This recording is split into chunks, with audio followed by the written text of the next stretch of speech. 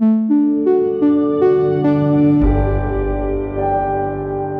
Undeceptions podcast.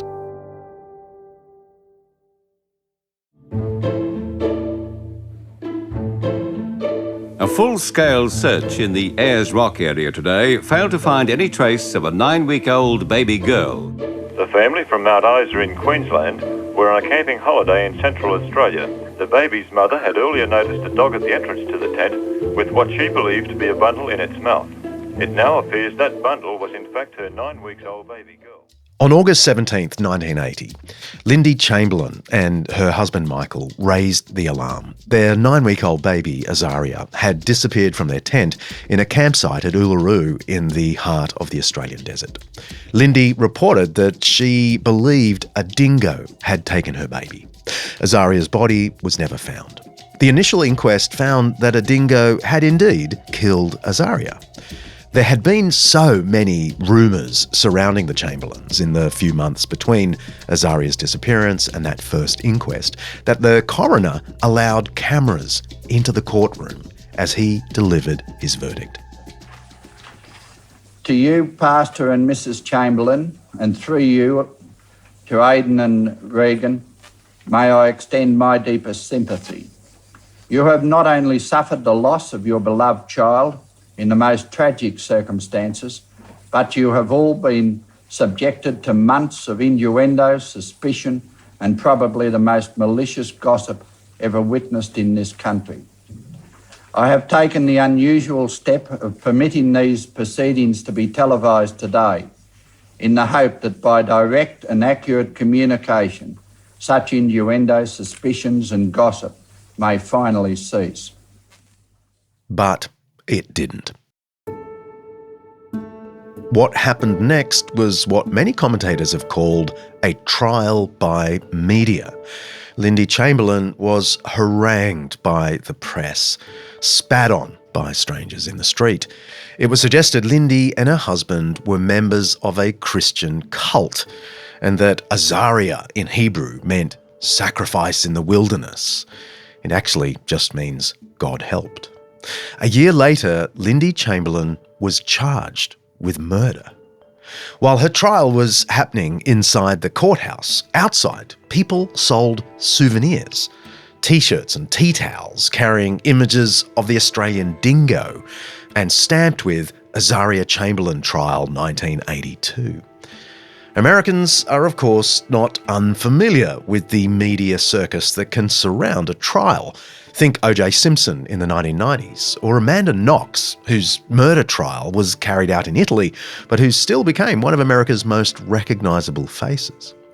Lindy Chamberlain was convicted of murder and given a life sentence. She spent 4 years in prison before being exonerated after new evidence was found. In 2012, a fourth inquest finally put the matter to rest. Azaria Chamberlain was taken by a dingo. Legal trials can have a profound hold on our collective attention. We're fascinated by the process, determined to come to our own conclusions. We debate the innocence or guilt of real people while listening to true crime podcasts and binging Netflix shows. Despite the dryness of much of the legal theory, the courtroom drama is one of humanity's most successful genres. And so we come to the most famous trial of all time. Every Easter, Christians around the world celebrate the death and resurrection of Jesus. We've done big episodes on both the crucifixion and the resurrection with some of the best scholars in the world. In this episode, we're looking at the days leading up to Jesus' death. What do we actually know about the trial and conviction of Jesus? Was it fair? Was it real? I'm John Dixon, and this is Undeceptions.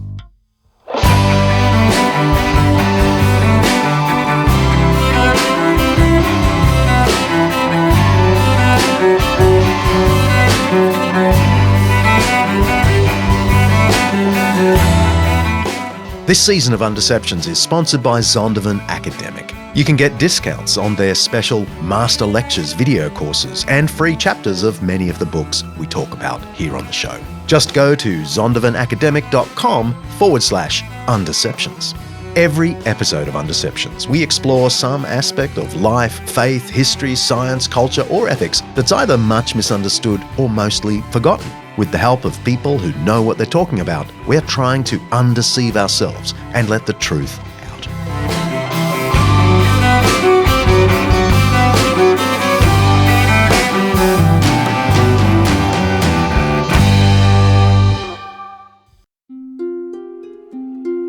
Just a note up front.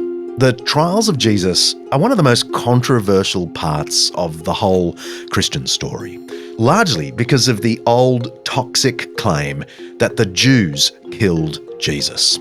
Some have read the Gospels themselves as anti-Semitic because they portray the Jewish leadership in Jerusalem as playing the central role in Jesus' arrest and execution. Sadly, Christians throughout history have too often read the Gospels exactly that way. Shamefully, even Emperor Constantine justified the unequal treatment of Jews in the Roman Empire on the perverse grounds that, quoting a law from the year 336, the Jews had slain the prophets and the Lord himself. Awful. And don't get me started on Martin Luther's rhetoric about Jewish guilt for the death of Jesus. I'm glad to say not everyone in his day agreed with him. The Swiss reformer Heinrich Bullinger, for one, called Luther's arguments, quote, ridiculous, vile insults, crude invective, which befit no one. I'm disgusted to say that it was, unfortunately, Luther's view, not Bullinger's, that shaped much of Protestant Europe for the next few centuries. So historians have to tread carefully here.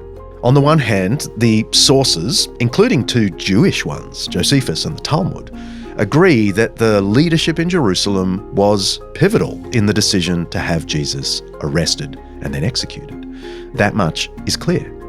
But to extend that to some idea of Jewish guilt in general, as Bullinger says, that's ridiculous and even vile. It would be like holding all Italians responsible for executing the apostles Peter and Paul, and Ignatius, and Fabian, and Babylas, and Cyprian, and so on. It's dumb, and it's dangerous. Well, let's dive straight into this really important topic of the trials of Jesus. I have your great big Wunsch volume right here for you. Tell us about Galilee and Judea in the first century, at least as much of the political, religious situation in order to understand the background to Jesus' trial. Yeah, I think many people make the mistake and think probably because it's so long ago and they don't have a sense of historical dimensions that there were the Romans and this was all part of the Roman Empire. But that is not the case with regard to Galilee at the time of Jesus. Galilee was a separate... That's Dr. Eckhard Schnabel, Emeritus Professor of New Testament at Gordon Conwell Theological Seminary in Massachusetts. He has written many, many books, including one of the best pieces of scholarship ever on the trials of Jesus. It's called The Trial and Crucifixion of Jesus, which he wrote with David W. Chapman. It's a compilation and analysis of all relevant ancient sources concerning Roman and Jewish trials and crucifixions. And you can get your own copy from Moore Ziebeck Publishers for just €244. Bargain. Galilee was a separate region. It was called technically a tetrarchy, governed by Herod Antipas, the second son of Herod the First, who took over that part of his father's kingdom when his father died, either 6 BC or 4 BC. And he ruled as a tetrarch, that was his official title, until 39 AD. So he was a savvy political operator who managed to take into account Roman interests because they were running the province of Syria, which was a Roman province with Roman troops just north of Galilee. So Galilee was a separate, somewhat independent entity. Different parts of the Roman Empire were governed in different ways at different times. Romans liked to install friends of Rome, client kings who were known to the local population but absolutely loyal to Rome. When Jesus was born, King Herod the Great was one such friend. Sometimes the client king model didn't work out, and Romans had to install direct Roman governors, backed up by Roman soldiers stationed throughout the region. Judea itself transitioned this way in the years and decades after Herod the Great. When he died in 4 BC, the region was split up and governed by his sons. Herod Antipas was given Galilee in the north, Archelaus got Judea in the south, and so on.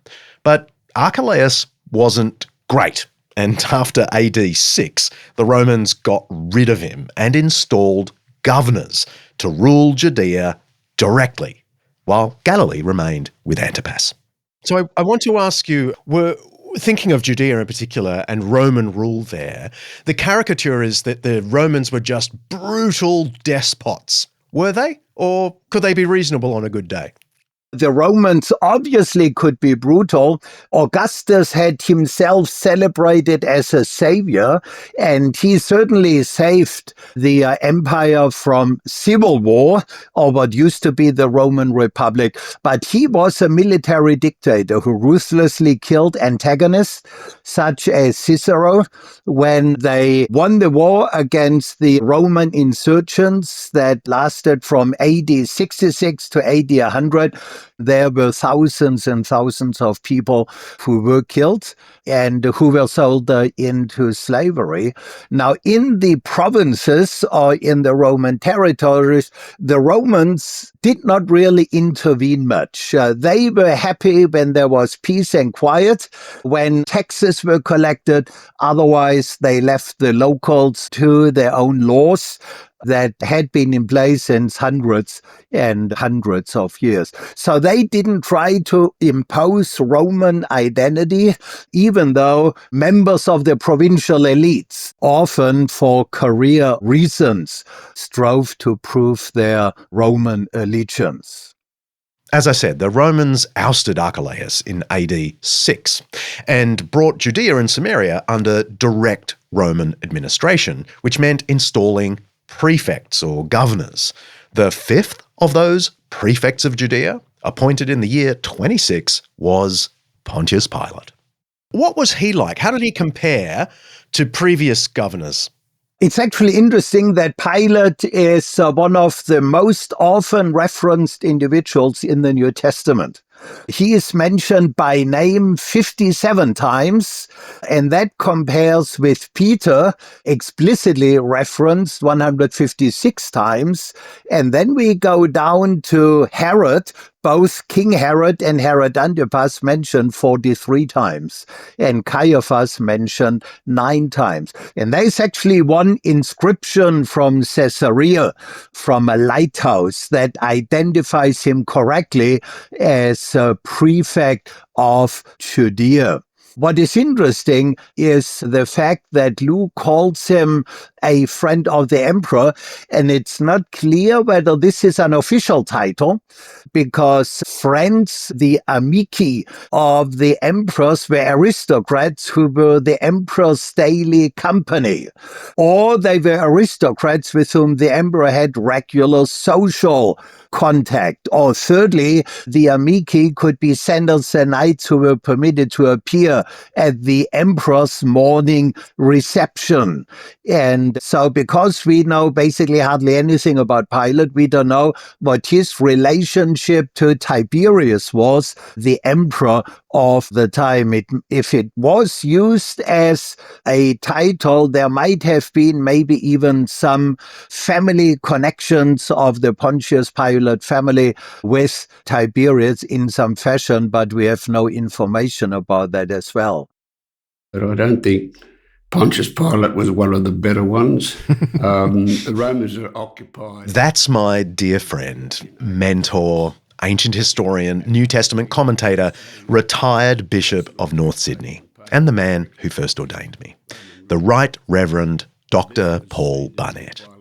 He's in his late 80s, but he's still pumping out the history books, including one just published titled The Trials of Jesus, Evidence, Conclusions, and Aftermath.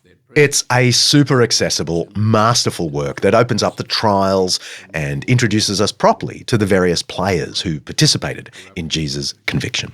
If you're listening in April or May 2025 and take part in our listener survey, you'll get a chance to win a copy of this book, along with other books from this season, but not the giant Schnabel book. Sorry, that's staying on my bookshelf. Head to undeceptions.com/survey to do that. Back to Paul.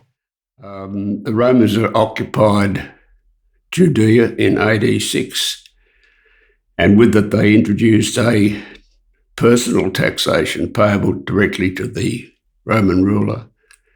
And this was seen to be in violation of the Book of Numbers, which said that only God could number the people. And so there was a theological zealot type movement reacting against the Romans, not just against their presence, but against all that it symbolised in terms of the loss of sovereignty from the Almighty to a corrupt Roman, and corrupt he certainly was. From day one, he was trouble, and from that time, it was very difficult for the people in Judea, but not just the people in Judea, because people in Galilee and other provinces realised that Rome was at hand, and if there's trouble in their province, well, the Romans would quickly move in.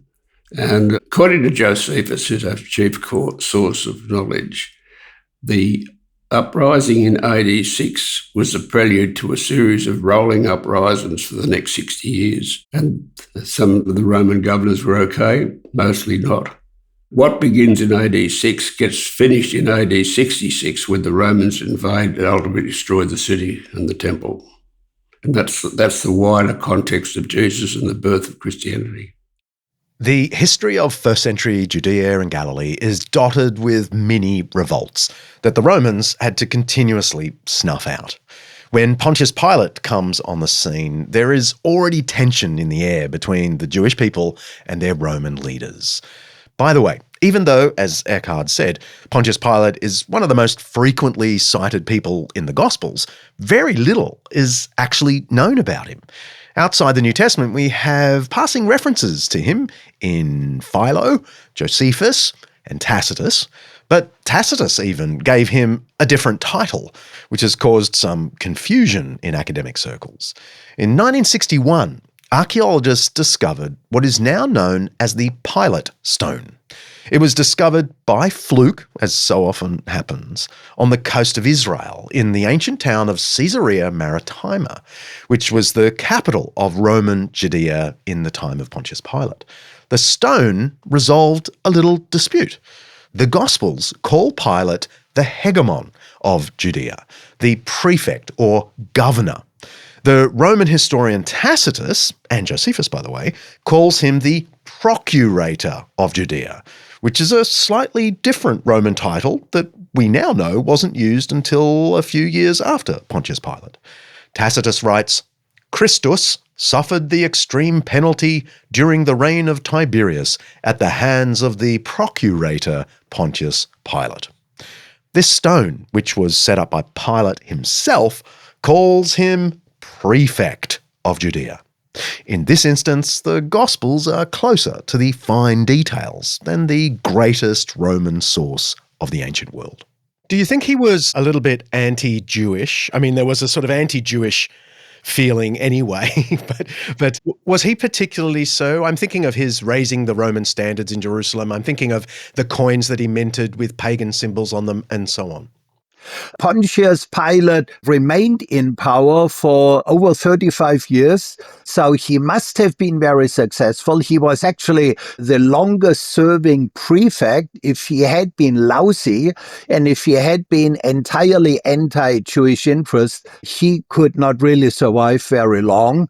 What is interesting is actually the coins of Pilate.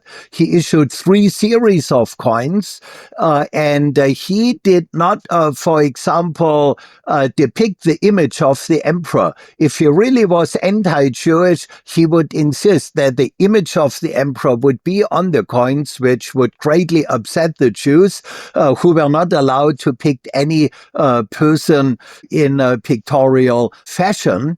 And so he seems to have pursued 3 aims with the coins he minted. As a prefect of a Roman territory with a largely non-Roman population, he wanted to honor the Roman emperor and his family. He wanted to honor Tiberius. He wanted to emphasize that Rome held political power in Rome, but he did not rub it in, so to speak. He did not put the emperor's image on these coins. And I mean, we could talk about Philo's report about the decision of Pilate to set up gold-plated shields in Herod's palace in Jerusalem. The anger of the Jews seems to have been provoked by the fact that the reference to Tiberius contained the expression for Tiberius, the son of the divine Augustus, grandson of the divine Julius Caesar. And so a German classical scholar comments that if this is correct, Pilate did not deliberately try to provoke the Jews. He simply used the standard formula for the name of Tiberius as attested in many other epigraphic documents. And so there was a Jewish protest and something like a Jewish rebellion, although not in a military sense. This action does not seem to have been deliberately anti-Jewish. The German classicist Eckhart is referring to here is Werner Eck. He's a really big name in the field. He has indeed argued that Pontius Pilate wasn't particularly anti-Jewish, just a bit tone-deaf. He did what most Roman governors would have done in any other province. He didn't have it in for the Jews. Others have pointed out that the preceding governors of Judea had been more sensitive to Jewish concerns. They avoided putting pagan symbols on coins they minted in Judea, for example. Pilate, by contrast, famously minted coins with instruments of pagan worship depicted. I have a couple of them. One depicts the litus, basically a magic wand used in Roman rituals. Another shows a simpulum. That's a ladle used in pagan temples to pour out liquid offerings to the gods. From a Jewish point of view, that's not cool. Still, Werner Eck and Eckhard Schnabel may be right. Perhaps Pilate was just careless and tone-deaf, not anti-Jewish. Back to this thing about the Roman standards set up at night. Here's Josephus reporting it. Now Pilate, who was sent as procurator into Judea by Tiberius. Did you hear that? Yes, Josephus too makes the small error of calling Pilate procurator instead of prefect. Sent by night those images of Caesar that are called ensigns into Jerusalem. This excited a very great tumult among the Jews when it was day, for those that were near them were astonished at the sight of them, as indications that their laws were trodden underfoot, for those laws do not permit any sort of image to be brought into the city. Nay, besides the indignation which the citizens themselves had at the procedure, a vast number of people came running out of the country. These came zealously to Pilate to Caesarea, and besought him to carry those ensigns out of Jerusalem, and to preserve them their ancient laws inviolable. But upon Pilate's denial of their request, they fell down prostrate upon the ground, and continued immovable in that posture for 5 days and as many nights. On the next day, Pilate sat upon his tribunal in the open marketplace, and called to him the multitude, as desirous to give them an answer. and then gave a signal to the soldiers that they should all by agreement at once encompass the Jews with their weapons. So the band of soldiers stood round about the Jews in 3 ranks. The Jews were under the utmost consternation at that unexpected sight. Pilate also said to them that they should be cut in pieces unless they would admit of Caesar's images, and gave intimation to the soldiers to draw their naked swords. Scary stuff, right? These Jewish leaders were surrounded by Pilate's special soldiers with drawn swords. If they didn't submit, they were dead. That was Pilate's message. Want to know what happened next? It's perhaps the first successful non-violent protest in recorded history. Picking up from the scary bit. Pilate also said to them that they should be cut in pieces unless they would admit of Caesar's images, and gave intimation to the soldiers to draw their naked swords. Hereupon, the Jews, as it were at one signal, fell down in vast numbers together, and exposed their necks bare, and cried out that they were sooner ready to be slain than that their law should be transgressed. Hereupon, Pilate was greatly surprised at their prodigious superstition, and gave order that the ensigns should presently be carried out of Jerusalem. Josephus, Jewish War, Book 2. How cool is that? Let's move on to understanding the Sanhedrin. What is the Sanhedrin? How did they relate to Roman rule? The Sanhedrin was the supreme legislative, judicial, and executive body of the leading citizens of Judea. It was not merely a court of law, although it did function as a court of law. It was an assembly of notables who were responsible for the affairs of Jerusalem and Judea, even in a secondary manner for Jewish affairs in the diaspora. They were obviously not in charge for matters in which the Roman proconsuls or the Roman prefects in Judea had jurisdiction, such as conscription of military troops, taxation, and death penalty cases. There were the main priests were members, the leading citizens of Jerusalem, lay leaders. There were Sadducees, there were Pharisees. Later sources tell us that the Sanhedrin had 71 members, 70 members plus the president, who would have been the high priest. But we cannot be certain that this was the case in the first half of the first century. The Sanhedrin seems to have been created by King Herod I as a religious court. It remained in place until the destruction of the temple and the destruction of Jerusalem in AD 70. The Pharisees played a prominent role during the time of Herod, but the composition of the Sanhedrin changed. And the Romans seem to have favored the priestly and non-priestly nobility, not Pharisees who would have been lay leaders or scribes.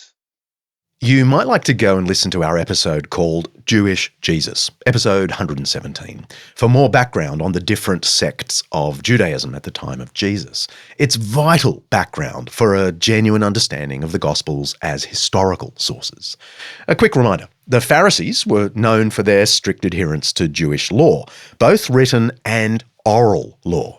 The Pharisees were ordinary people, not priests, and their teachings were very popular, especially in the synagogues. At various times, there were Pharisees in the Sanhedrin. The Gospel of John mentions one, Nicodemus. That said, at the time of Jesus, we're pretty sure most members of the council were not Pharisees. Many were Sadducees. The Sadducees insisted on only the written law, not the oral law of the Pharisees. They were kind of conservatives. They closely aligned with the priestly class and with the management of the temple. They were famously aristocratic and supportive of maintaining good relationships with their Roman overlords. During Jesus' lifetime, the high priest of the Jerusalem temple was Caiaphas, the son-in-law of the previous high priest, Annas. What we had in the early part of Roman operation was the corrupt rule of a high priest called Annas and his son-in-law Caiaphas. And Annas had 5 sons, 3 of whom later became high priests.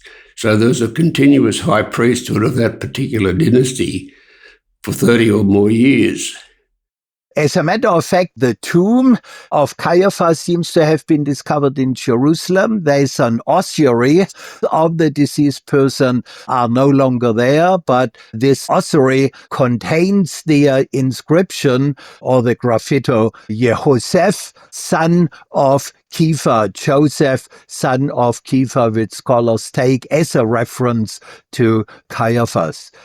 He was the 3rd member of the Annas family to serve as high priest, but being in office for 18 years means that he must have been a very savvy political operator because he served under 3 different Roman prefects.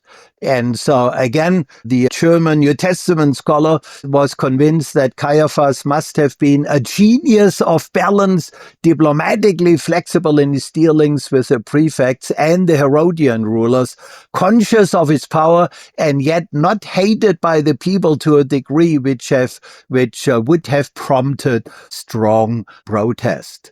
What is interesting is that Luke mentions both Annas and Caiaphas when he dates the beginning of the ministry of John the Baptist, which is the only precise date given in the New Testament.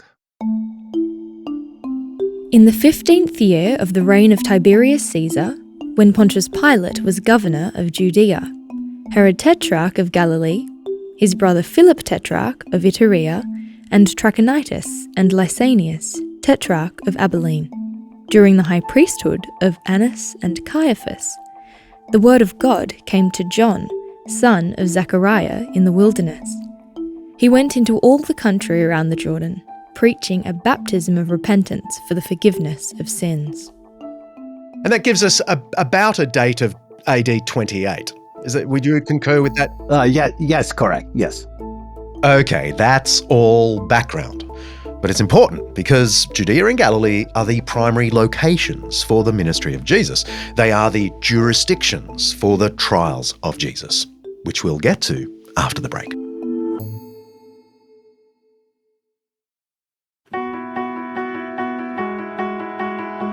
This episode of Undeceptions is brought to you by our season sponsor, Zondervan Academic, and their new book, Beautiful, Disappointing, Hopeful, by New York pastor Drew Hewen. Drew moved to Manhattan in September 2001 and was confronted by just how quickly life in a beautiful, hopeful city can be shattered by darkness and disappointment as he experienced the events of September 11.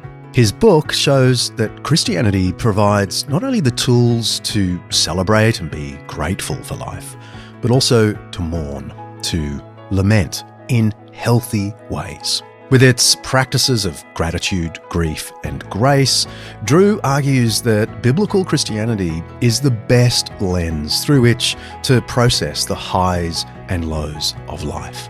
This is not happy-clappy Christianity, it's nitty-gritty.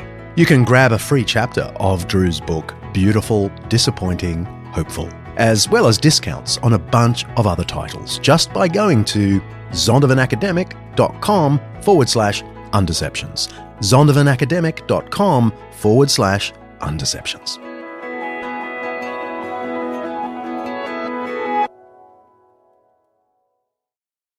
Before we speak specifically about Jesus' trials, do we know of other trials in Judea that can give us a general background? Yeah, the problem generally is if one investigates Roman criminal law in the provinces, that there are very few cases that are mentioned in the primary sources. We know a lot from the city of Rome itself, especially through Cicero, obviously. Yeah, one case is mentioned by Josephus, a Jesus, son of Ananias, is mentioned. Another Jesus. Yes, yes. 30 years later or something, right? Well, Jesus was a somewhat common Jewish name. It's really the Old Testament Joshua, which in Greek is Jesus. This Jesus, son of Ananias, appears around the year 62, some 30 or so years after the life of Jesus and 8 years before the destruction of Jerusalem in the Great Jewish Revolt. He went around prophesying the city's demise and incensed the people of Jerusalem who didn't like bad omens. Fair enough, really. He began on a sudden cry aloud, "A voice from the east, a voice from the west, a voice from the four winds, a voice against Jerusalem and the holy house, a voice against the bridegrooms and the brides, and a voice against this whole people." This was his cry as he went about by day and by night in all the lanes of the city. Josephus, Jewish War 6. First, the Jewish authorities let him do his thing. He's harmless because he has no followers. But eventually the Sadducees regard this as a provocation and think maybe the Romans might intervene, which I want to avoid. And so they start a trial. So something very similar happened in the case of Jesus. The Jewish aristocracy, they arrest him, they torture him, they interrogate him without success because he stays silent. And then they conclude he wants to create a commotion or rebellion. They transfer him to the Roman governor, and the governor or prefect then concludes that the man is insane and releases him and doesn't do anything. Jesus, son of Ananias, was released by the governor Albinus. A few years later, the destruction of Jerusalem actually happened. And this Jesus, who'd kept up his eerie dirge for years by now, is struck on the head with a stone and dies.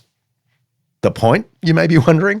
The case of Jesus, son of Ananias, shows that Jewish leaders did turn people over to the Roman authorities for interview and trial.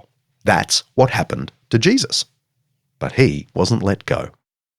It's time to talk about Jesus. So before he gets to Jerusalem for that last time, what tensions already existed between him and various kinds of authorities that might have created a shadow looming over him? Of course, Herod Antipas had executed John the Baptist because he had criticized Antipas's divorce from his first wife, who was a princess of the king of Nabatea, and he married a close relative that, according to Jewish law, he was not supposed to marry. It constituted incest. And so he had John imprisoned, eventually executed. And Jesus' ministry arose in the context of John the Baptist's ministry. Now, according to Luke, Antipas was intrigued about Jesus. When Jesus starts to perform miracles, he says, "Who is this about whom I hear such things?" Luke chapter 9, verse 9. So here Antipas is not a threat for Jesus. Mark states that the Pharisees and Herodians, supporters of the Herodian family, to which Antipas, of course, belongs, conspired early in Jesus' ministry to eliminate him. And we do not know whether Herod Antipas was behind this plot. Luke reports that Jesus calls Herod Antipas fox, an ironic designation that appeals to the cleverness connected with foxes in antiquity, and that could either be negative, someone is shifty or wily, or in a positive sense, that someone is intelligent and dubious. Jesus warns his disciples of the yeast of the Pharisees and the yeast of Herod, according to Mark 8:15, but it's not clear from the context what that means.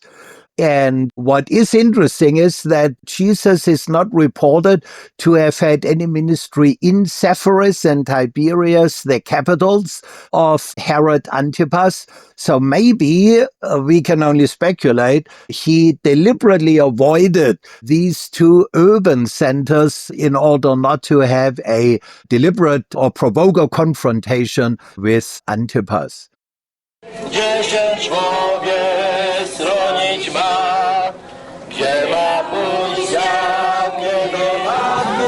This crowd of thousands here in Jerusalem is celebrating what for many Christians is the most important period of their faith, known as Holy Week. It starts with Palm Sunday, marking the day Jesus entered Jerusalem and was honoured by crowds laying palm leaves at his feet. The week goes on to mark his crucifixion. That's a clip from a few years ago now, with CNN reporting on Palm Sunday celebrations in Jerusalem. If you're listening to this episode on the day it was released, then yesterday was Palm Sunday. It traditionally marks the beginning of Holy Week, the 7 days leading up to Easter, where Christians commemorate the death and resurrection of Jesus. Palm Sunday is the day Jesus enters Jerusalem, riding on a donkey.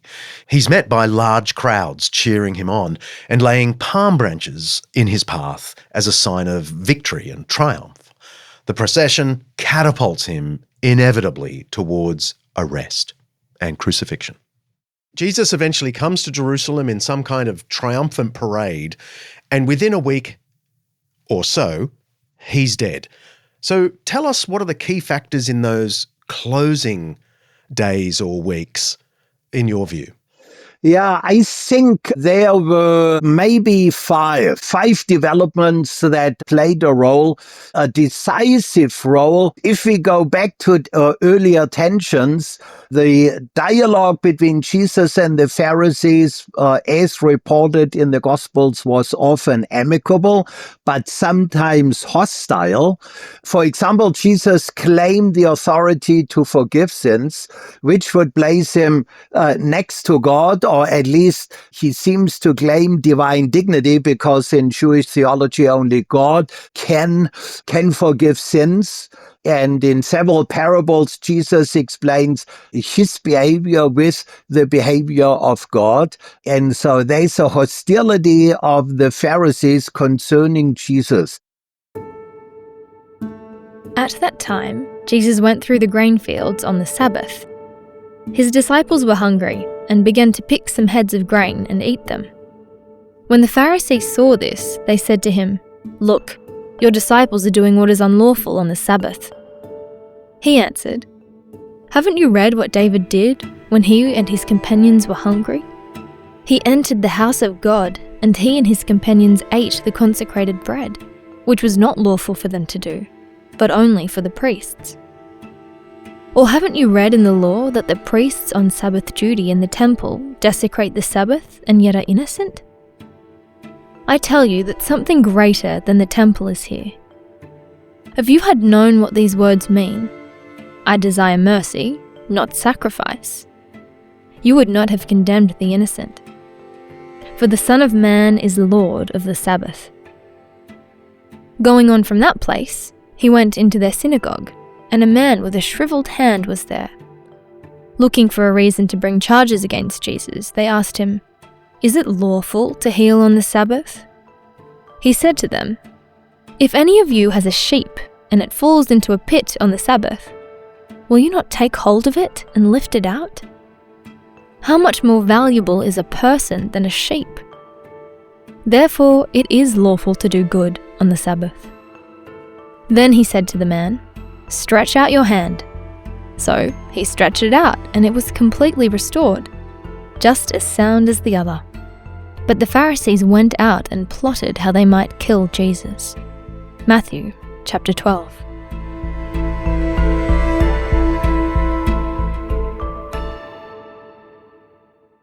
Professor Schnabel has 5 developments, historically speaking, that led to Jesus' arrest and trial. I don't mean to be a tease, but only Plus subscribers will be treated to that 5-fold nerdiness. For the rest of us, let's pick up at his last couple. Sorry. Sort of. Another specific event is Jesus' approach to Jerusalem. That was very deliberately planned. Jesus didn't walk as pilgrims usually did when they walked to Jerusalem. He organized for a donkey to be used that, if one was willing to do so, could be linked with David's or with Solomon's approach to Jerusalem as the fulfilling of messianic prophecy. The crowds, they welcome him. The next day, the great crowd that had come for the festival heard that Jesus was on his way to Jerusalem. They took palm branches and went out to meet him, shouting, "Hosanna! Blessed is he who comes in the name of the Lord. Blessed is the King of Israel." Jesus found a young donkey and sat on it, as it is written, "Do not be afraid, daughter Zion. See, your king is coming, seated on a donkey's colt." At first, his disciples did not understand all this. Only after Jesus was glorified did they realize that these things had been written about him, and that these things had been done to him. Now the crowd that was with him when he called Lazarus from the tomb and raised him from the dead continued to spread the word. Many people, because they had heard that he had performed this sign, went out to meet him. So the Pharisees said to one another, "See, this is getting us nowhere. Look how the whole world has gone after him." Gospel of John, chapter 12.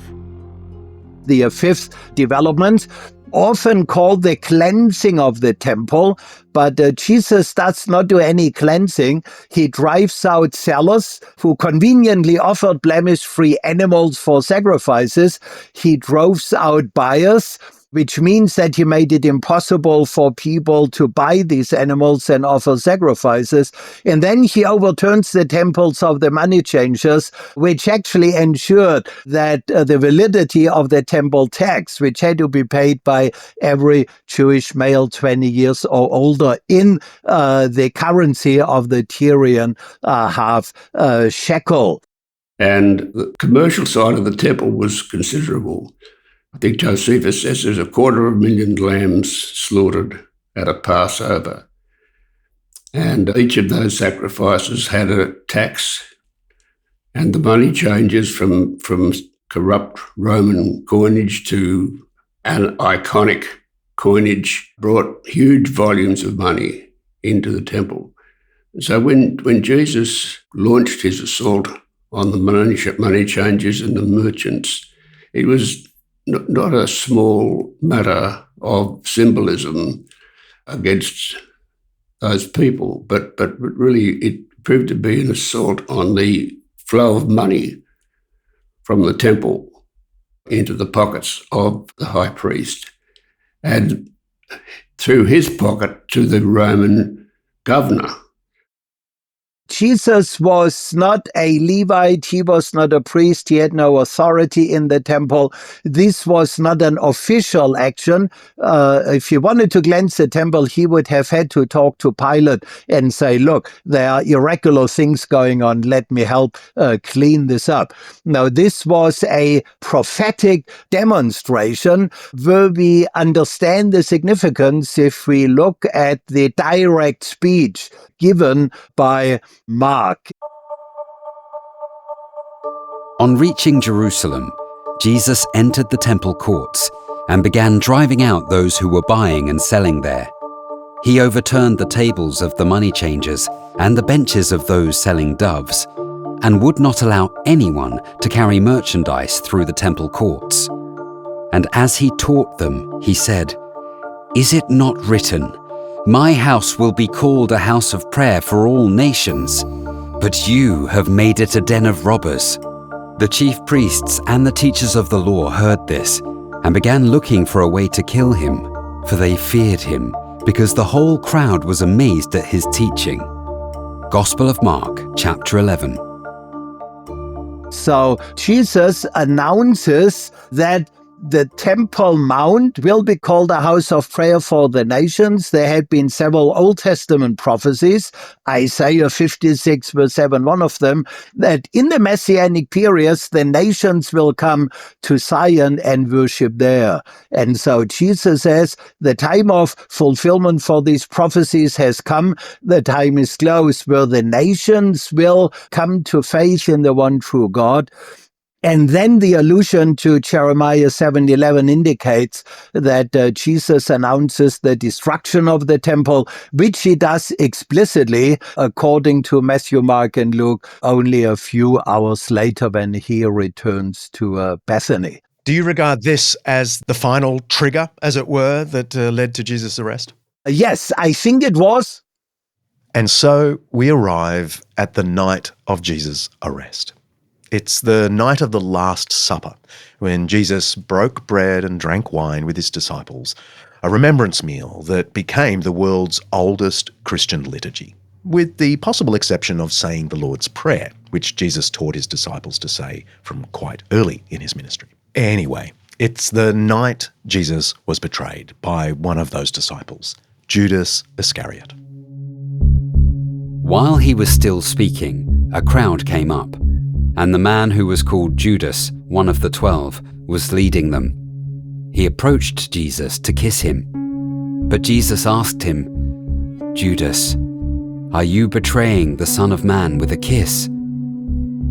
When Jesus' followers saw what was going to happen, they said, "Lord, should we strike with our swords?" And one of them struck the servant of the high priest, cutting off his right ear. But Jesus answered, "No more of this." And he touched the man's ear and healed him. Then Jesus said to the chief priests, the officers of the temple guard, and the elders who had come for him, "Am I leading a rebellion that you have come with swords and clubs? Every day I was with you in the temple courts, and you did not lay a hand on me. But this is your hour, when darkness reigns." Gospel of Luke, chapter 22. Jesus is taken to Annas, the senior high priest, who interrogates him and has him beaten. Then Jesus is sent to Caiaphas, the ruling high priest. The chief priests and the whole Sanhedrin were looking for false evidence against Jesus so that they could put him to death. But they did not find any, though many false witnesses came forward. Gospel of Matthew, chapter 26. Okay, so he is arrested and he goes through two major trials, maybe a third, a bonus, we can talk about that. But there's a Sanhedrin trial of some kind, and then there's a Roman trial. Can you tell us something about the different charges that would have been laid against him at those different trials? Let's first talk about the Jewish trial that took place during the night. And Mark and Matthew report that there were various witnesses who were brought before the Sanhedrin. They are interrogated, which indicates this was not a kangaroo court, because these witnesses were thrown out. Their witness did not agree. According to the Mishnah redacted around AD 200, a witness needed to be questioned about when something happened in terms of the time of the year, the month, the week, the day of the week, whether it was in the morning, in the afternoon, what were the circumstances, very detailed questions. If there was the slightest discrepancy, the witness had been thrown out. Mishnaic Jewish law was actually... The Mishnah, by the way, was a collection of oral traditions from the 1st century BC to the 2nd century AD. It wasn't actually written down until after Jesus and after the destruction of the Jerusalem temple, but it reflects many oral traditions that circulated in Jesus' day. Mishnaic Jewish law was actually very pro-accused. Jewish law made it very difficult to convict someone on a capital charge.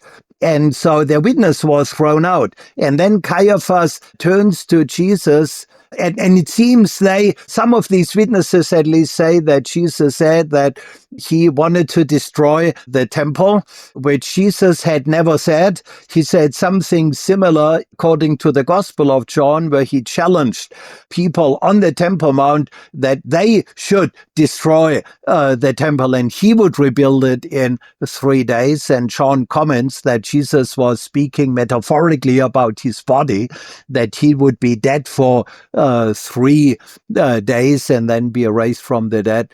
And so it seems the witnesses are confused about what Jesus exactly said. So he's not convicted on that charge. And then Caiaphas turns to Jesus and says, I charge you, under oath by the living God, tell us if you are the Messiah, the Son of God. You have said so, Jesus replied. But I say to all of you, from now on, you will see the Son of Man sitting at the right hand of the Mighty One and coming on the clouds of heaven. Gospel of Matthew, chapter 26. In other words, he states he has divine dignity, that he is the judge of the world, he is their judge. And if you don't believe that, you have to regard it as blasphemy. And so Jesus is convicted as a blasphemer. And then he is transferred to the Roman authorities with the charge that he seduces the people. And that would mean The Gospels of Matthew and Mark focus solely on Jesus' blasphemy conviction. The Gospel of Luke adds an important detail to the trial. It says the religious authorities accused Jesus before Pontius Pilate with the words, "We found this man misleading our nation, forbidding us to give tribute to Caesar, and saying that he himself is Christ, a king." That's Luke 23. In other words, Jesus was being accused in 2 ways. As a seducer of the people under Jewish law, someone leading others astray from the truth of God, and as a seditionist under Roman law, someone challenging Caesar's authority. These are roughly the same charges, one religious and one political. Given the backdrop of Jewish uprisings against the Romans, this was a very serious charge. And that would mean, in the context of blasphemy, he seduces the people to believe things about Jesus that are not true. About, for example, that he has the authority to forgive sins. That may have been part of it. That would be blasphemy. And that he has divine dignity. And so in Jewish law, there was the charge of being a seducer of the people. The Hebrew terms or Aramaic terms are mesית and madiach. That prophet or dreamer must be put to death for inciting rebellion against the Lord your God, who brought you out of Egypt and redeemed you from the land of slavery. That prophet or dreamer tried to turn you from the way the Lord your God commanded you to follow. You must purge the evil from among you. If your very own brother, or your son, or daughter, or the wife you love, or your closest friend secretly entices you, saying, "Let us go and worship other gods," gods that neither you nor your ancestors have known, gods of the peoples around you, whether near or far, from one end of the land to the other. Do not yield to them or listen to them. Show them no pity. Do not spare them or shield them. You must certainly put them to death. Your hand must be the first in putting them to death, and then the hands of all the people. Stone them to death because they tried to turn you away from the Lord your God, who brought you out of Egypt, out of the land of slavery. Then all Israel will hear and be afraid, and no one among you will do such an evil thing again. Deuteronomy chapter 13. They are mentioned in the Deuteronomy, also in the temple scroll from Qumran. There they are described as prophets and dreamers who entice people to idolatrous worship.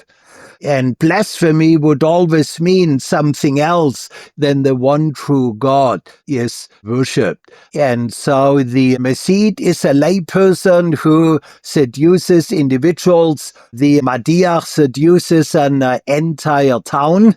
And this is actually what the report in Luke says, that the high priest takes Jesus to the Roman prefect and says he seduces the people. That charge is eventually being discussed, that he makes himself king, which is what Pilate actually does not believe.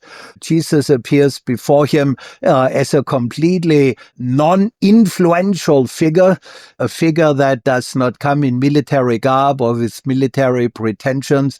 If we can believe the trial narrative in the Gospel of John, Pilate actually wants to release Jesus 3 times.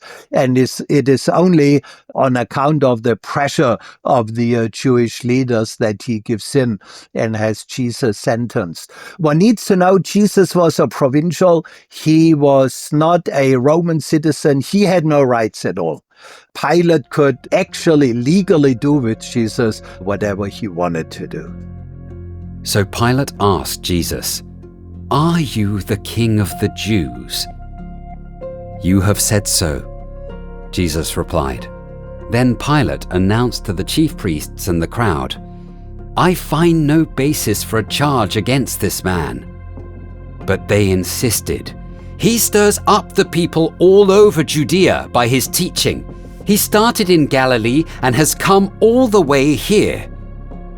On hearing this, Pilate asked if the man was a Galilean. When he learned that Jesus was under Herod's jurisdiction, he sent him to Herod, who was also in Jerusalem at the time. When Herod saw Jesus, he was greatly pleased, because for a long time he had been wanting to see him. From what he had heard about him, he hoped to see him perform a sign of some sort. He plied him with many questions, but Jesus gave him no answer. The chief priests and the teachers of the law were standing there, vehemently accusing him. Then Herod and his soldiers ridiculed and mocked him. Dressing him in an elegant robe, they sent him back to Pilate. Gospel of Luke, chapter 23.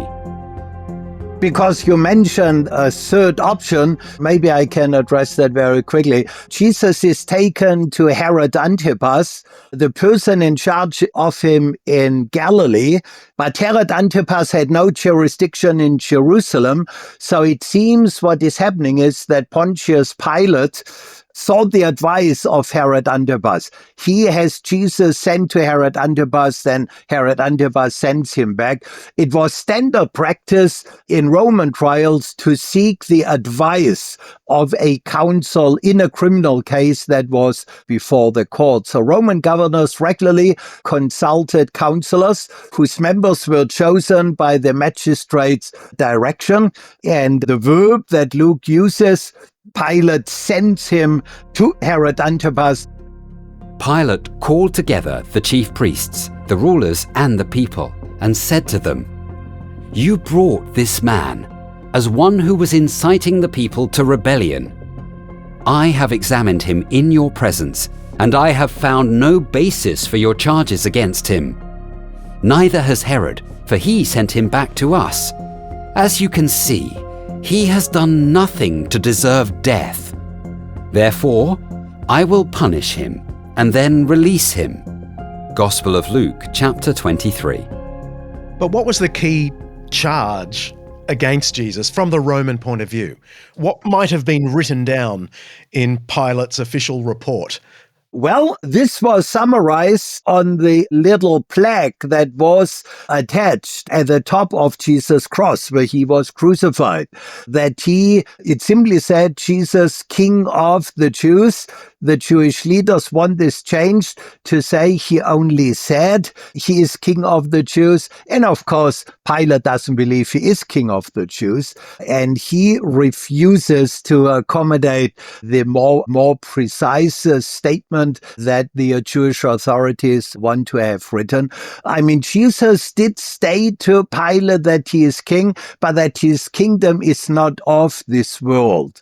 Pilate could most easily justify, if he ever would have to justify in Rome the execution of Jesus, if he could say, well, he claimed to be a king, whatever the details, I couldn't let this happen, and so I had him crucified, which is actually, again, a method of execution that was demanded by the Jewish authorities because of the shame that was attached to it. The Romans usually crucified by decapitation, Jews normally crucified by stoning, and crucifixion was reserved for either traitors of a country, and so it could be argued someone who claims to be king and he is not, he is a traitor of his country, and then slaves who maybe killed their master, and so they were crucified to put, well, the fear of the authorities into people. Do we have evidence of this being a normal practice of placarding one's crime? Yes, there are some other primary sources that indicate that the verdict, which explains the death penalty of a person, was published at the place of execution. Pilate wasn't eager to convict Jesus. Romans weren't in the habit of formally executing people unjustly. There's this entire tradition of Romans thinking of themselves as the people of justice. But expediency was a form of Roman justice. At the Passover, the crowds in Jerusalem swelled at least by 100%. Some think 400%. The festival itself was a celebration of liberation from a pagan enemy, the escape from Egypt and all that. And these were already turbulent times. So Pilate could very easily, simultaneously have believed Jesus wasn't a genuine threat to Roman order, and that there was a not insignificant chance the crowds might rally in support of this pretender. With this, he went out again to the Jews gathered there and said, I find no basis for a charge against him, but it is your custom for me to release to you one prisoner at the time of the Passover. Do you want me to release the King of the Jews? They shouted back, No, not him! Give us Barabbas! Now Barabbas had taken part in an uprising. Then Pilate took Jesus and had him flogged. The soldiers twisted together a crown of thorns and put it on his head. They clothed him in a purple robe and went up to him again and again, saying, Hail, King of the Jews! And they slapped him in the face. Once more, Pilate came out and said to the Jews gathered there, Look, I am bringing him out to you to let you know that I find no basis for a charge against him. When Jesus came out, wearing the crown of thorns and the purple robe, Pilate said to them, Here is the man. As soon as the chief priests and their officials saw him, they shouted, Crucify! Crucify! But Pilate answered, You take him and crucify him. As for me, I find no basis for a charge against him. The Jewish leaders insisted, We have a law, and according to that law, he must die, because he claimed to be the Son of God. When Pilate heard this, he was even more afraid, and he went back inside the palace. Where do you come from? He asked Jesus. But Jesus gave him no answer. Do you refuse to speak to me? Pilate said. Do you realize I have the power either to free you or to crucify you? Jesus answered, You would have no power over me if it were not given to you from above. Therefore, the one who handed me over to you is guilty of a greater sin. From then on, Pilate tried to set Jesus free, but the Jewish leaders kept shouting, "If you let this man go, you are no friend of Caesar. Anyone who claims to be a king opposes Caesar." When Pilate heard this, he brought Jesus out and sat down on the judge's seat at a place known as the Stone Pavement, which in Aramaic is Gabbatha. It was the day of the preparation of the Passover. It was about noon. "Here is your king," Pilate said to the Jews. But they shouted, "Take him away! Take him away! Crucify him!" "Shall I crucify your king?" Pilate asked. "We have no king but Caesar," the chief priests answered. Finally, Pilate handed him over to them to be crucified.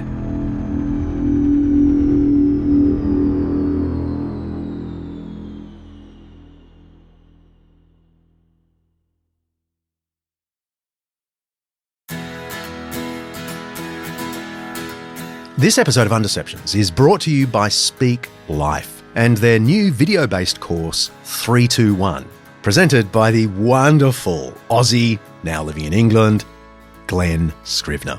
G'day, mate. Glenn is a fantastic public advocate for the Christian faith in the UK. And in this course, he walks you through the core beliefs of the Christian faith. Glenn provides a basic Christian perspective on life, the world, and our place in it.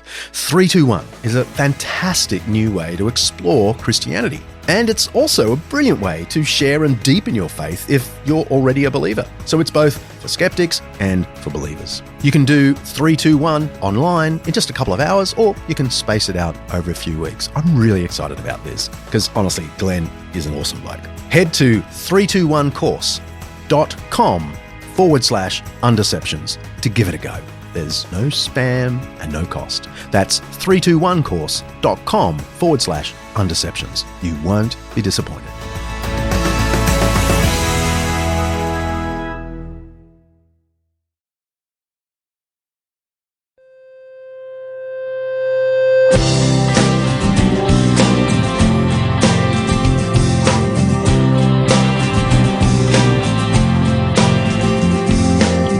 I woke again today with another judgment to give. Bring on the witness or the liar. On a day like this, they're much the same. You spoke your crime.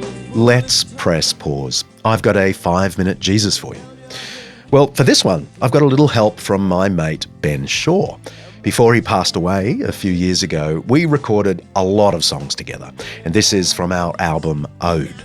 It's a song called Who's on Trial? Yep, it's a song about Pontius Pilate waking up that fateful day with another judgment to give.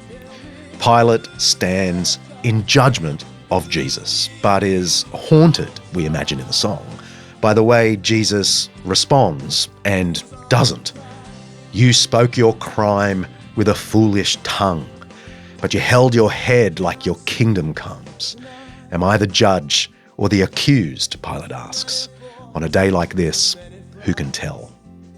Ben and I were trying to probe the idea that when you dare to condemn something or someone so good, so wise, so pure, you're in fact condemning yourself. In a strange way, then, the trial of Jesus is the judgment of us all. Here's the rest of the song. Who's the accused on trial? Who's on trial? I cast my vote. Am I deposed? In speaking, am I silenced? I've made my judgment. Am I now good? Am I now doomed?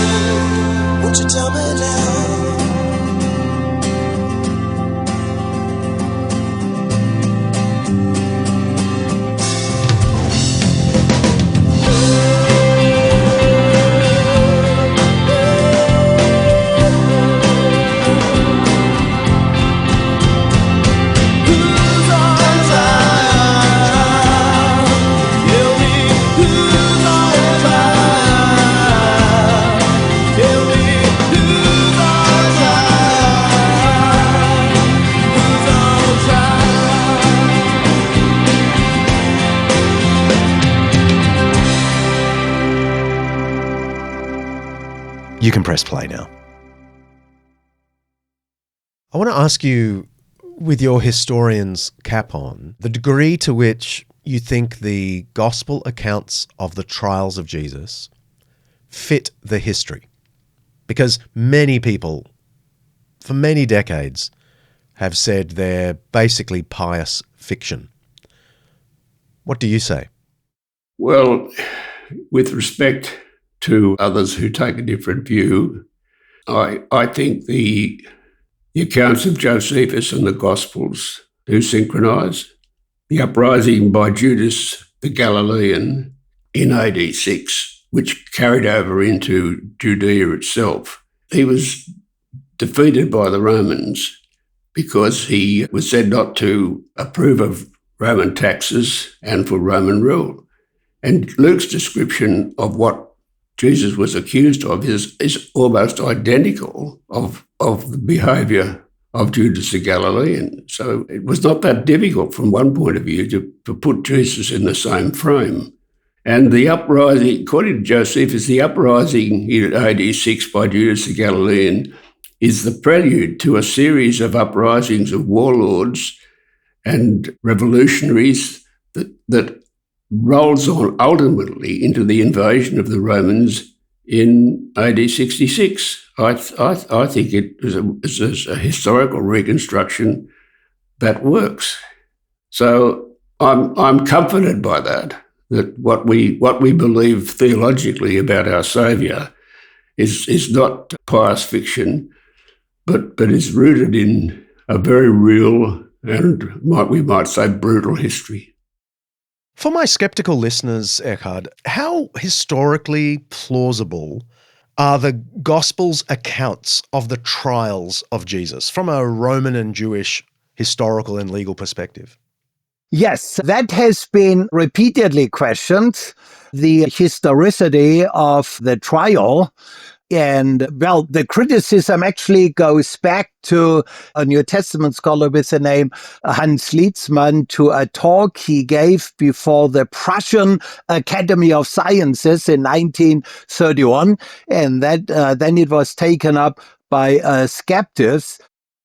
Hans Lietzmann was a famous early 20th century church historian at the University of Berlin, who built on earlier arguments that sought to prove that the Jewish Sanhedrin did have the right of capital punishment and could have executed Jesus without the ratification of the Roman leaders if they wanted to.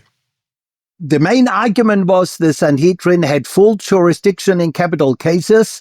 If they had been as they were in charge, if they had had a trial against Jesus, he would have been stoned to death. But because he was crucified, that means a Jewish trial never happened. But recent research into the legal situation in Roman provinces confirms that an interrogation by local provincial authorities often preceded a Roman trial in the same case. And so it was, for example, also said Jesus was tried on the day before the Sabbath, which was also the day before the Passover, which rabbinic law did not allow executions on the day before a Sabbath. Jesus was tried during the night. Some critics say rabbinic law did not allow for criminal cases during the night. And Jesus was convicted of a capital crime on the same day his trial had begun, whereas rabbinic law demands an interval of at least a night between the judge's arguments and conviction. Mark and Matthew, a fourth argument, do not report that witnesses were admonished to speak the truth. They do not report that the capital case begins with reasons for acquittal. In a Jewish trial, first witnesses had to be brought that spoke for acquittal. That is not mentioned. And so there were several other arguments, like the words of Jesus were taken to be blasphemy, even though Jesus did not pronounce the divine name, when critics assume that was required for the charge of blasphemy to be there. And here it is crucial to know that Jesus was tried as a seducer of the people. And when that was the case, because seducer of the people does seduce the people, several of the usual criteria for a criminal trial no longer applied. And so in capital cases involving a seducer, not all rules of general criminal cases applied. Therefore, one could say no legal rules were broken. He was a seducer, so it's better to try him during the night where no one is around. He was tried not in public, but in the Sanhedrin, and the verdict was spoken immediately. He was executed a day before the Sabbath, so that actually a day before a major festival, so that many people could see that he was actually convicted and executed, and that the power of his seduction would be broken. Also, we should note that Mark and Matthew, of course, report selectively. Ancient sources always do. And so we cannot know whether the witnesses were admonished to speak the truth or not. Their silence does not prove that there was no such warning. And Matthew and Mark do not report that the capital case began with reasons for acquittal, which does not mean that this did not happen, because two of Jesus' sympathizers were members of the Sanhedrin, Nicodemus and Joseph of Arimathea, who were involved in his burial, and they could actually have spoken first, although that is speculation that we do not know. The obvious question might be to someone listening to us, how would anyone have known what happened in those secret trials in the Sanhedrin and then in the Roman trial, such that Christians could have reported it in the Gospels? Well, there was Nicodemus and Joseph of Arimathea. Nicodemus was a member of the Sanhedrin, and he belonged to one of the richest families in Jerusalem. It was reported that I think it was his uncle. When he moved from Jerusalem, his retainers always spread carpets in front of him so that his feet would never touch the dust of Jerusalem, and that his family, just with their own funds, could supply food for the population of Jerusalem for several months. So this was Nicodemus. There was Joseph of Arimathea, also a member of the Sanhedrin. So they were present. And we may speculate Paul, the Apostle Paul, had contact with Gamaliel, who was a very prominent member of the Sanhedrin. He was his student. Gamaliel was the most prominent, today we would say, university professors in Jerusalem, which is what the Jewish Talmud tells us. And so he was, of course, a persecutor of Christians, and he would have presumably access to trial records, which we should assume were taken down, both in the Jewish trial and in the Roman trial. So we have at least three candidates who could have had access to trial records. In our final minute, Eckhard, could you, in a sentence or two, tell me sociopolitically why was Jesus crucified? And then, in maybe a minute, why do you think, or maybe I should put it this way, what did Jesus think of his own demise? Jesus himself said, according to Mark 8, right after Peter said, "You are the Messiah," that he is the Son of Man who would die, who would give his life as a ransom for many. And this is interpreted right a few weeks after Jesus' death and resurrection by Peter, when he speaks in Jerusalem for the first time in public, reported in Acts chapter 2. Peter discusses the crucifixion and the resurrection and says that this happened so that your sins can be forgiven. Jesus did not want to avoid his death. He was not suicidal, but he was willing to die. It was part of his mission. He announced his death several times. 3 times very explicitly, but about a couple of dozen times more obliquely. He talked about his death, and on some occasions he talked about it in terms of forgiveness of sins, like during the Last Supper with his disciples as well, which was then taken up by Paul also in 1 Corinthians. Jesus' death can be thought of in 2 levels. It can be thought of as in a reconstructible and imaginable history involving the corrupt high priests, a corrupt Roman governor. And there's ample testimony to that in Josephus and Philo. Anti-Semitism, a big topic in the world at the moment. Well, it was alive and well back then.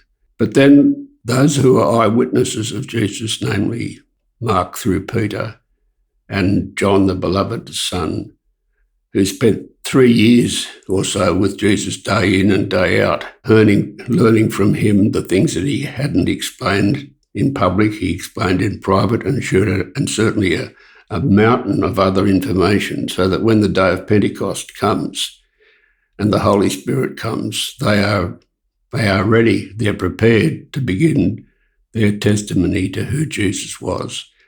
And that testimony ultimately becomes the canon of the New Testament, the 4 Gospels and the epistles of the New Testament and the book of Acts. And those texts leave us in no doubt that Jesus was the incarnate Son of God who came to teach us and to love us and ultimately to die for us so that we might be connected existentially with the great God of the universe who is our Father. And that is the message which has touched the hearts of millions of people over the centuries. And the wonderful thing is it's not just an invented idea, it's not fiction. It's based in reality, it's based in history, it's based in the words of honest eyewitnesses.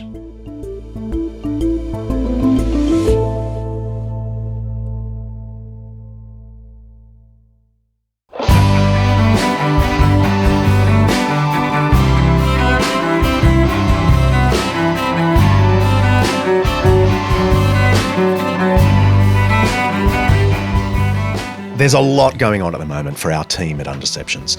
If you like our last episode, Our Hymn, then check out our new documentary called The First Hymn, available to stream now in the United States and coming soon for Australia and our global audiences.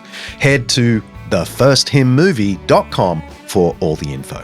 It's a project 8 years in the imagining, almost 3 years in the making. It's the story of an ancient piece of papyrus found in the deserts of Egypt and how it made its way to the middle of a Christian rock concert in the heart of America's music scene. As always, you can head to undeceptions.com and leave us a question. Now, you can do it by text, but we love hearing your voices. So why not be bold and leave us a voice message so we can put it into one of our next Q&A episodes. Be brave. You'll also find a full transcript of the episode on our website, as well as the show notes with all the links to all the stuff that we've talked about. See ya.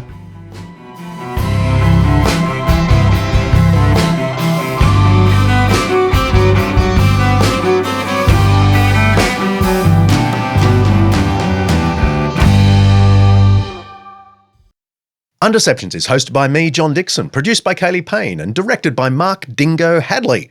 Alistair Belling is a writer and researcher. Siobhan McGuinness, our online librarian. Lindy Leviston remains my wonderful assistant. Santino DeMarco is Chief Finance and Operations Consultant. Editing by Richard Humwee. Our voice actors today are Yannick Laurie and Dakota Love.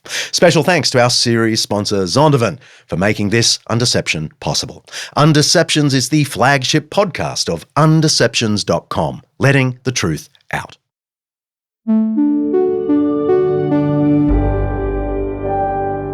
An Undeceptions podcast.